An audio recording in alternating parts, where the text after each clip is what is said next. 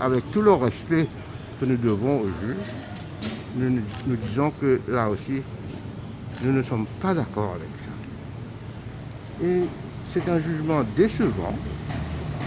Et nous pensons que si nous allons au Privy Council, comme c'est notre droit, nous aurons, à mon humble avis, pas de difficulté à casser ce jugement. Et encore une fois, ce que je trouve extraordinaire, c'est que ce qui a été unsubstantiated, c'est que le commissaire électoral n'est même pas venu dans le box des témoins pour causer. Nous avons emmené evidence to the contrary et c'est encore unsubstantiated. En ce qui concerne la commission électorale, ils n'ont envoyé aucun témoin. Là aussi, c'est unsubstantiated, mais mon Dieu, nous ne sommes pas d'accord du tout.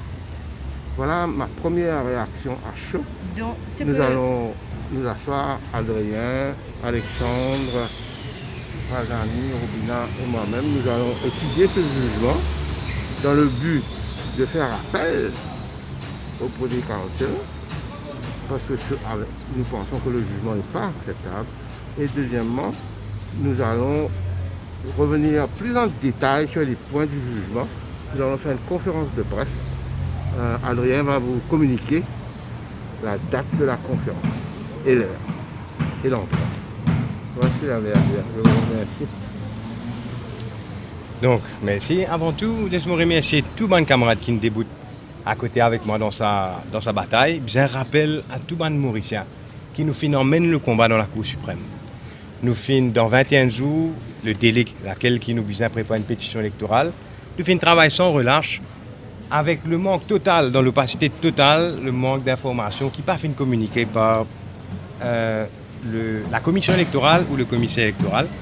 Je tiens à rappeler qu'il tient un travail qui est très très difficile parce que quand on a la guerre contre trois institutions, on a la guerre contre un returning officer, on a la guerre contre la police, on a la guerre contre la commission électorale, c'est trois éléphants qui vous prendre et sans documentation c'est difficile. Maintenant, laisse-moi avant tout remercier madame Jacques, bien sûr, qui fait un travail extraordinaire, il nous montrer sur l'excellence dans sa caisse-là, il fait au-delà, loin au-delà des autres dans sa caisse-là, et nous remercier Jacques du fond du cœur, il met tout son énergie là-dedans. Nous remercier bien sûr Alexandre Leblanc qui fait un travail très très dur, bien sûr nous avons pas amis, tous les autres camarades. Nous remercier aussi Reza Oudim, qui finit faire un travail excellent à la défense de ce ban client et qui finit soutenir nous aussi dans l'affaire. Maintenant, le jugement, pour moi, c'est un mauvais jugement. Mauvais jugement parce que ce jugement-là, comme Jacques Congo dit, il n'est pas fidèle à ban fait qui finit avéré en cours. Ban fait qui finit avéré en cours est extrêmement accablant pour la commission électorale et le commissaire électoral. Un fait qui nous pourrait venir, bien sûr. Au contraire, maintenant, nous l'amène là, nous capables de causer, et nous pouvons causer en long et en large dans une conférence de presse, pour nous prévenir là, pour venir montrer au public mauricien qui le niveau de négligence et d'incompétence avec lequel FIN organise sa élection de 2019. Maintenant, pour moi, les faits qui passent ce tout seul, peut dire, tout le monde qui vient faire pétition, peut dire, pour moi, c'est avéré qui fait. Nous trouvons dans ces circonscriptions qui gagnent recount comme un problème à gagner. Fausse balotte, pénalty symbolique. Et dans les autres circonscriptions, ils comptent. Je n'ai aucun doute quand pour casse-boîte, un jour ou l'autre. Malheureusement, à cette heure, vu qu'il sauf si nous prenons toute avenue légale, si ça va une boîte là, brûler, c'est la vérité qui peut brûler ensemble avec ça. Je n'ai aucun doute que sa élection de 2019, c'est une élection coca. Nous finissons montrer que c'était ainsi.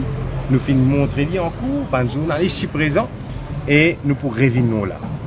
Il suffit de dire à ce stage, si je m'en fais tomber, nous besoin d'y aller, nous besoin réfléchir avec le panel d'avocats, analyse-les, faire ce dissection, et puis nous pourrons répondre point par point ce qui le jugement dit, et nous pouvons montrer au public mauricien comment ça jugement-là, donc, il pas reflète la vérité. Donc, nous pouvons inviter une conférence de presse qui nous peut tenir vendredi. Nous peut tenir vendredi à 1h. Et nous pouvons faire au siège du PMST à Paris. Donc, nous invitons tous mes camarades journalistes que nous pourrons venir dans le fond. Et donc, c'est un jour pour moi. Moi, me satisfait moi-même et tous mes camarades qui derrière moi, me satisfait moi du travail que nous finissons accomplir. Nous finissons, encore une fois, emmène le combat à la Cour suprême. C'est un combat facile pour réaliser qui, contrairement dans le cas à des bureaux par exemple, que la commission lui-même vient d'un document, après lui-même vient trouver le document là pas bon, après lui-même tient sa objection pour récalme. Dans mon cas, un document pas fini circulé par la commission électorale, sauf un ballot paper sheet qui met un world chart sheet qui met le mirail qui vide, qui peine à vote là. Un document pas fini communiqué. Et pourtant, nous finissons en 2 ans et demi, 2 ans pour écouter nos cases, précisément parce qu'il y a une raison du délai, c'est pour un avocat qui peut la guerre pour gagner un document. Si nous tenons un document, parce que pour bien même mal le hearing, mais une cachette de document, pas toute tentative en piste, la vérité éclatée, et ça me condamne. Maintenant, je réitère, je demande au commissaire électoral de démissionner. Parce qu'il se manière de faire pour revenir là vendredi. Le fait qu'il ait fait une cassette dans sa caisse là, pas fait une prend-style. Nous ne savons pas l'île au personal answers parce qu'il est parti au Lévin. Le fait qu'il lit, il tient là pour répondre pour les agissements de la commission et de ce bureau, de cette institution, et qui malgré ça, il n'est pas fait de faire lire. Pour moi, il est désolant. Une institution indépendante, d'après la loi, bien indépendante, mais qui vient aussi rendre compte. Une institution qui ne peut pas rendre compte dans le Parlement. Il n'y a aucune manière de rendre compte, sauf à la Cour. Mais si là aussi dans la Cour, on ne peut pas donner nos explications, et qu'on peut choisir quand on peut donner, nous avons récemment dans le cadre du bureau, il y a beaucoup de choses à dire. Mais quand vous choisissez qui la presse pour inviter, quand on peut rendre compte, quand on peut expliquer, qui ou pas pour prendre question quand on fait conférence de presse, pour moi, il illustrait justement la difficulté avec laquelle il est difficile pour challenger une élection. Maintenant, je suis fier de ce que nous accomplir, parce qu'il nous fait démontrer. Pour moi, gagner, perdre, l'important, l'objectif atteint, c'est en travers ce qui nous réussit à faire ressortir. Une confession qui est partie de l'autre côté, qui nous vise malgré tout même faire clair pour moi, qui nous vise une grande réforme électorale pour justement revoir le rôle de la commission et du commissaire électoral, la manière d'organiser les élections, la manière comment choisir une election officeuse. Vous connaissez le Prime Minister's Office qui involve dans cette élection d'un officier électoral. Donc, il y a tout un système à revoir.